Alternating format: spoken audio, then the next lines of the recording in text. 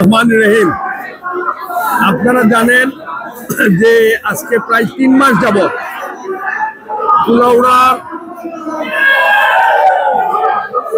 থেকে উদ্ভূত সিলেটের প্রাণের দাবি 8 দফা নিয়ে আন্দোলন হচ্ছে। সিলেটের বিভিন্ন স্টেশনে মানববন্ধন, সভা-সমাবেশ, মতবিনিময় এবং এর পূর্বে এখানে একটি মানববন্ধন ছিল। সেই মানববন্ধনে রেল কর্তৃপক্ষের সাথে আমাদের একটা বৈঠক হয়েছিল। এই বৈঠকে পরবর্তীতে বৈঠক হয়েছিল, সেই বৈঠকটা আমাদের দাবির প্রতি তাদের যে মনোভাব ছিল যে তারা আমাদের দাবি পূর্ণ করতে তাদের অপারগতা ছিল, তার প্রেক্ষিতে আন্দোলন এর উদ্যোক্তারা আজকে এই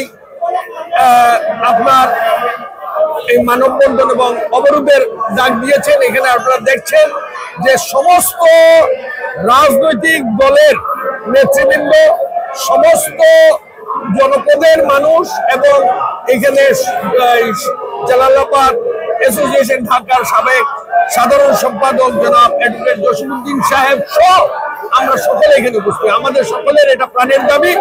আমরা আশা রাখবো যে এই দাবি শুধু কুলাউড়াবাসীর নয়, সমস্ত সিলেট বিভাগের মানুষের। আমরা সিলেট বিভাগের মানুষ বিভিন্নভাবে আমরা অবহেলিত, আমাদের সাথে বিমাটা সুলভ আচরণ করা হচ্ছে। আমরা চাই অবিলম্বে আমাদের এই 8 দফা দাবি মানার জন্য। আজকের এই আন্দোলনের মাধ্যমে আমরা বিশ্বাস করি যে সরকারের এবং সংশ্লিষ্ট কর্তৃপক্ষের টনক নড়বে এবং আমাদের দাবি মেনে নেবেন। ধন্যবাদ।